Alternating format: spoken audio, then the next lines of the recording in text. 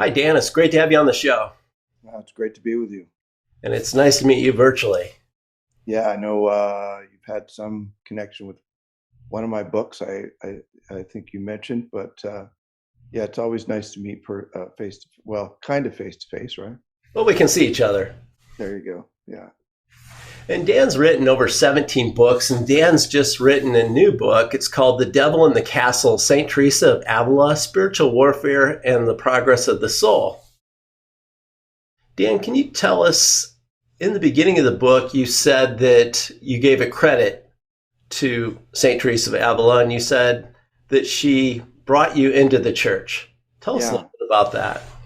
Yeah, so I was a Protestant at the time, struggling with prayer, and I worked for the largest Christian bookstore chain in California, and I was an avid reader. I read every Protestant book on prayer I could read, and I couldn't find the answers until I stumbled on a book that had some of her writings in it. And immediately I gravitated, of course, to her and discovered she was Catholic. I was very anti-Catholic at the time. And but eventually, I think she lured me into the church, along with the Apostolic Fathers. But basically, it was just reading someone who I knew really knew the Lord and knew the answers to my struggles and was very real. That's the other thing I love about her is her editors even were worried about her and her writings because she was so quick to confess her sins. And I think they already thought she was a saint and shouldn't be talking about her sins. And but I kind of like that because it showed how real she was.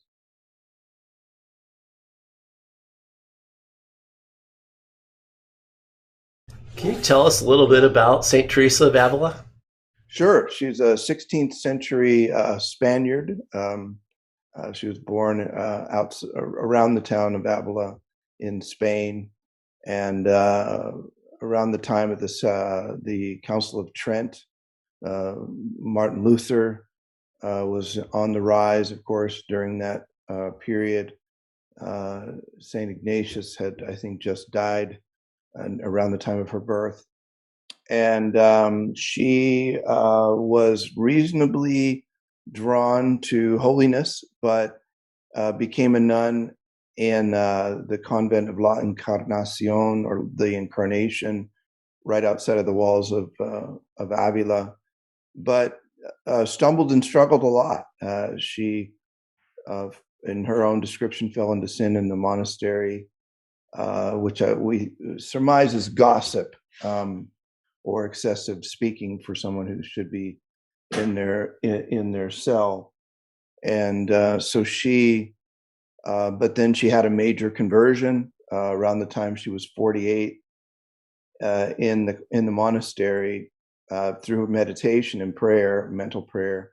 And then that set her on a journey where she changed the world. I mean, she established she set out to reform the Carmelite convents, women's religious, and in doing so, she established 17 new convents and caused a lot of consternation with a lot of people, and helped a lot of people to heaven. And then she joined with John of the Cross as well early on, and he helped her to reform the male side of the Carmelite order, both of which had fallen into worldliness, basically in their spiritual life. And so she wanted to challenge all that and fix all that. So that's what she did, and then she died after having some quite extraordinary experiences with God that she writes about in her book. In this particular book, you take her book, Interior Castles, and you use it to talk about the battles in the 7 mansions. Mm-hmm. How did you choose the format of having the key tactics of the enemy, how to battle the tactics, spiritual encouragement, and then the questions of reflection? You kind of broke it down into 4 different sections there. Yeah, so her writings are not easy to read or follow or understand. You're shaking your head because you know you probably tried it. Um, for whatever reason, she's always been compelling to me, even though I don't think anything like her. The way I think is the way you see in the book, which is very systematic. And so I thought, well, this is very hard for people to understand. If I could dissect out of each chapter key elements of spiritual warfare that she lays out, how do we understand it? How do we battle it? And then she almost always gives encouragement, bringing that out as well. Then I thought, well, it would be super helpful to the reader, but also then almost give them a guide to understanding her mind and heart. And then that way they could go back and reread her work and, be more blessed by it and be less confused by it.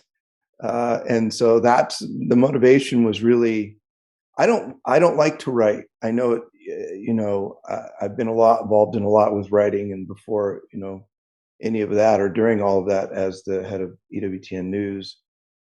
I don't like to write though. So when I do, I really have a passion that it's helpful, because I could care less, frankly. I mean, my first book was a big big thing, big deal. It was a secular business book. And that was a big deal. After that, I mean, it was pretty anticlimactic, really, though. And I just thought I was never going to write again until, I found people were confused or struggling, or I was confused and struggling. And I thought, well, let's do something about this or that or the other. And that's, in this case, trying to understand spiritual warfare and the everyday battle that everyone with a pulse faces, and how we can have this wisdom from this great saint, a doctor of the church, to help us to know how to fight. So the enemy has these key tactics, and you talk about them in each of the different 7 mansions. Mm-hmm. What are some of the tactics that the enemy uses, that Satan uses against us? So I think they change, right? So depending on where you are spiritually, they morph. So at the very beginning, one of the things that happens is that a lot of Catholics are wandering around in what she would call the outer court. So they've been baptized, so they're technically in the kingdom, assuming they're in a state of grace. And they're wandering around out there, not in the greatest spiritual state, and really, she would say, are likely going to end up in hell because they haven't really become awake to what it means to be an authentic disciple of Jesus. So she is trying to coax people into the castle, right? Mm-hmm. She says the way to come in, the way to really getting out of just being good and actually being a full-fledged disciple of Jesus is, of course, all the sacramental aspects that we know, Mass every Sunday at minimum, confession regularly, those sorts of things, because she practiced those sorts of things. But what she knew was that a lot of good Catholics don't practice prayer, daily mental prayer, or an examination of conscience on a daily basis. Why are those important? Well, because if you're not talking to the King of Kings and the Lord of Lords, the author and finisher of your salvation, maybe you don't know him, and maybe you don't really know the way to that salvation, right? And so she speaks of how that's the beginning of something that's going to revolutionize the soul and their life, and that the enemy is going to try to dissuade them with anything they can. At this stage, people are usually still pretty caught up in their jobs, life, and climbing the ladder, or making money, or keeping up with their neighbors and their cars, or excessive involvement in hobbies and whatever.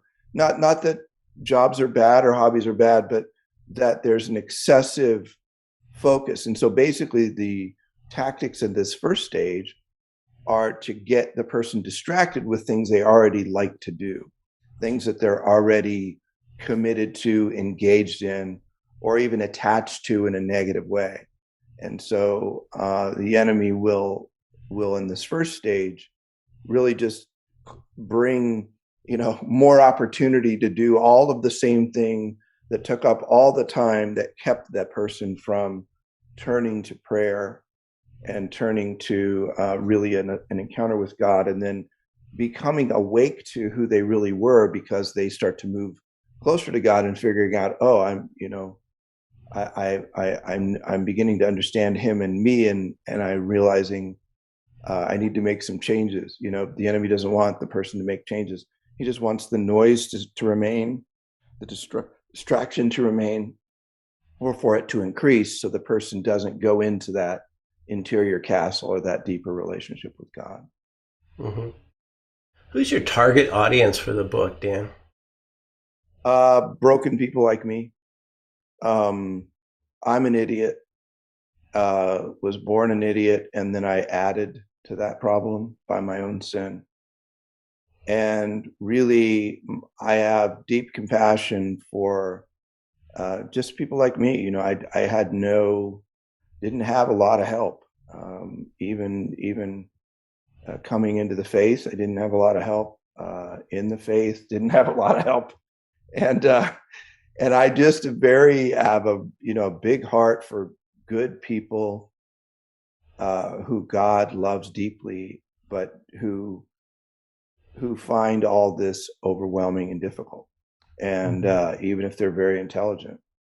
And so my whole, the target audience of the book is the target audience of my life. It's people like me a few years ago, if you will, who desperately want something better, or know there's something better, don't know how to get there, and don't know who to look to get there, how to find out how to get there. I mean, it's why I established spiritualdirection.com, is to repropose the beautiful, powerful, life-changing, mystical tradition of the church to the average person.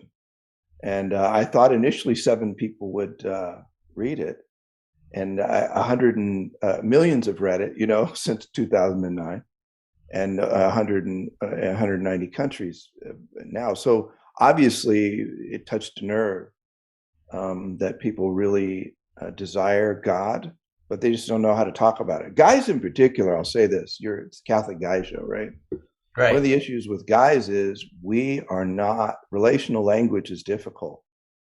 And the whole realm of prayer in the interior life is relational with God. And so I think for men, it's even harder than it is for women. And I think my wife would agree with that, to really find their way spiritually, because you have to be vulnerable, which men are not good at. You've got to, the whole realm of prayer and all of this is very relational, which guys generally aren't as good at. And so my target audience is, and forgive me, I don't want to call your audience idiots, but idiots like me who are just stumbling and fumbling, but really want to be better Christians, want to be better husbands, want to be better fathers, I think that covers a lot of idiots like us.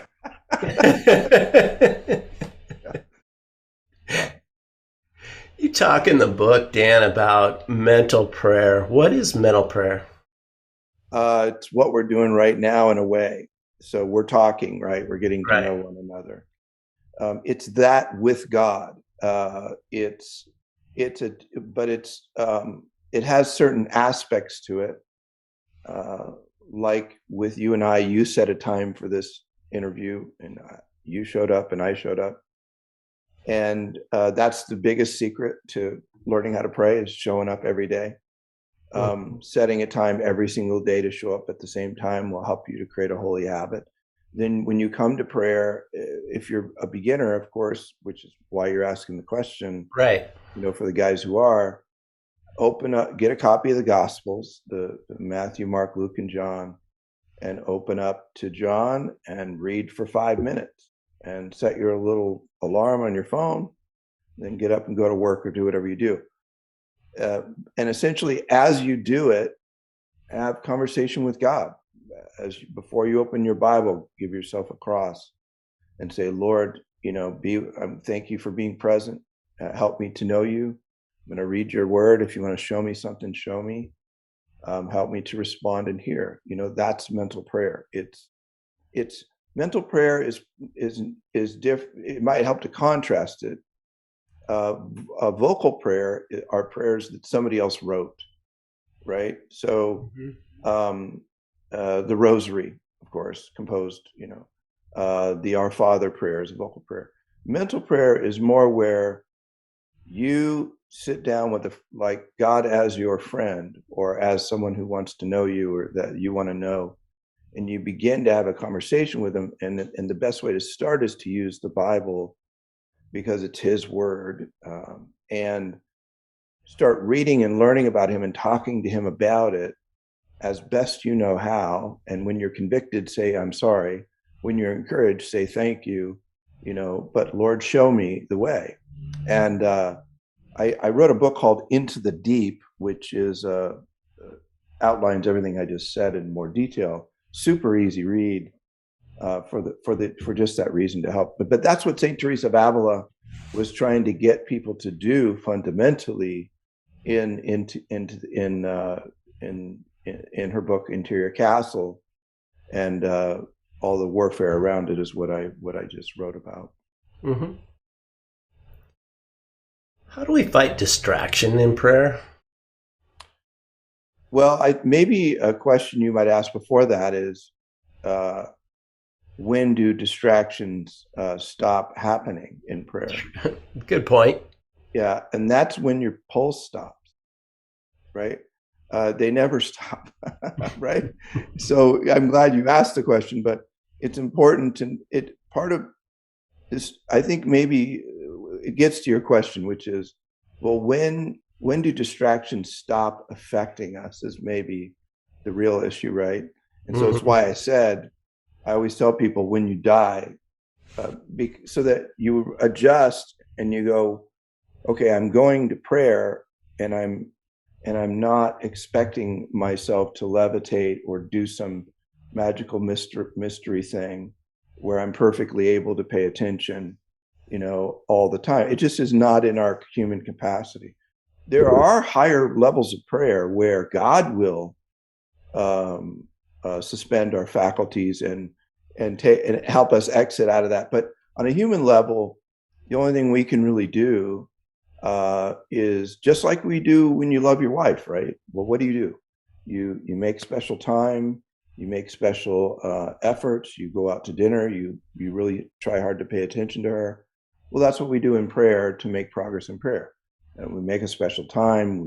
We're doing specific things with God, and we focus. And when we get distracted, we just gently turn back. Don't get irritated with yourself, because that's the work of the enemy. And I cover that in the book. Don't get Devil in the Castle. Don't get frustrated. And if you do it, and then you do it willfully, which is a sin, by the way. It's a sin not to pray. It's important to say that. It's also a sin to willfully allow yourself to be distracted. But if you do that, you just say, I'm sorry, Lord. It's a venial sin. It's not a mortal sin. I'm sorry I did that. I didn't mean to, I promised you I'd be at prayer at this time every day, and I mowed the lawn instead, or whatever. But you just say, I'm sorry, and you get back on track. And if you feel like you need to go to confession to help you with constant struggle with that, go to confession. It'll help you with that. Even venial sins, it can help you overcome the pattern of sin. But distractions are just part of our humanity, and the biggest way to overcome them is to learn to accept that that's our humanity. And there are disciplines you can use, like having a candle, that you light, or a little icon, things that distract you in a good way, or I shouldn't say it that way, things that draw you away from the distractions, to focus and to fill your heart and mind with God. So a little prayer space is very powerful, with a little icon and a candle. But those types of things make it easier. Well, that's great points. Can you give us kind of a 30,000-foot view of the purgative, illuminative, and unitive way? Yeah. Yeah. So in the book, I give a summary. So basically, this is how it works, right? You're an adult man.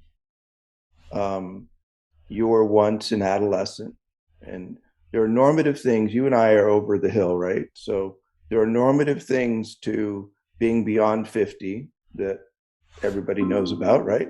There are normative things to being a young man, you know, post puberty, everybody knows about, young adult. There are normative things to being a toddler, you know. So, similarly, in the spiritual life, there are normative phases that we can understand what should be in place, and then what do we need to mature in to progress to the next phase. And so the purgative, illuminative, and unitive ways are just fancy terms to describe, in some measure, with a word, what happens in each of those phases of normal maturing process in the interior life. So in the purgative way, you have somebody who goes from baptism and kind of wandering around in the darkness to going, oh, I better like live this out or I'm going to go to hell. Okay, great. So now you start to be more focused and pay more attention. You start moving up the purgative way until the point where you're praying mental prayer every day. You've overcome habitual, mortal, and venial sin, meaning you don't, not meaning you're perfect, but that you don't do it every week. You're not, confessing the same thing. And then, the illuminative way is a place where you focus mostly on virtue and developing virtue. And the unitive way, it's when you levitate. So I'm being a little facetious, but I think you get the point. Yes. What else would you like to share with the regular Catholic guys out there, Dan? Well, I think, it's really important to know that you exist because God loves you, and you wouldn't exist if he didn't. The Catechism says that you're actually held together by his love. So if he didn't love you, you would simply cease to exist. And you were brought into this world for an eternal relationship of love, and he wants to heal you. He wants to make you whole. He wants to make you into the greatest version of you that you can be, if you will. I don't know, it's weird language, but he wants you to be wholly healthy. He wants you to be a hero to those around you. He wants you to lead others to him. So all of those things he desires. And, most people don't know where to find the resources to do that. This show is a resource. Spiritualdirection.com is a resource. Another one that's really powerful is Avila Institute, which is avila-institute.org, where we have a lot of guys, just like the guys who listen to this show, who are trying to figure it out, where we have formal education, in the spiritual life. And then the last resource I'd point guys to is our community. It's called Apostoli Viae. And I know it sounds funny. It's a Latin word, 2 words. It means just apostles of the way. The way is Jesus, right? So it's apostoliviae.org. You can look it up, Apostoli Viae. And in that, we have all kinds of free courses and community. And there's guys like Jeff and other guys like you who are wrestling with their faith and trying to figure it out. And so you have like this, almost like it's a digital monastery where we have meeting rooms where, people can just hang out in the background and listen to formation or engage in formation or whatever. But the point being, I think, for your listeners, it's vital you listen to this show. It's vital that you pursue formation that'll help you get the answers you need, help you to be what you are called to be and what you want to be. And when you pursue those things, you're going to get there. It's inevitable. The only way you fail is if you don't try or you give up, right? That's the only way. It's inevitable that when you start to give yourself to God, you mature in that faith and become that version of you that he desires. Thanks, Dan. We'll put those links in the show notes. Great. And Dan, what's the best place to get the book? The best place to get the book is spiritualdirection.com. And then there's a little shop button in the top. If you click on that, it'll take you to all of the books that I've written or edited or brought back into print. I didn't write all those 17, but I did help in some way to bring them into print. All of those are there, and most of the resources are really very accessible, down to earth. But we have a range, of resources available for guys. So awesome. Thank you, Dan. You bet. It's been great being with you. God bless. You too.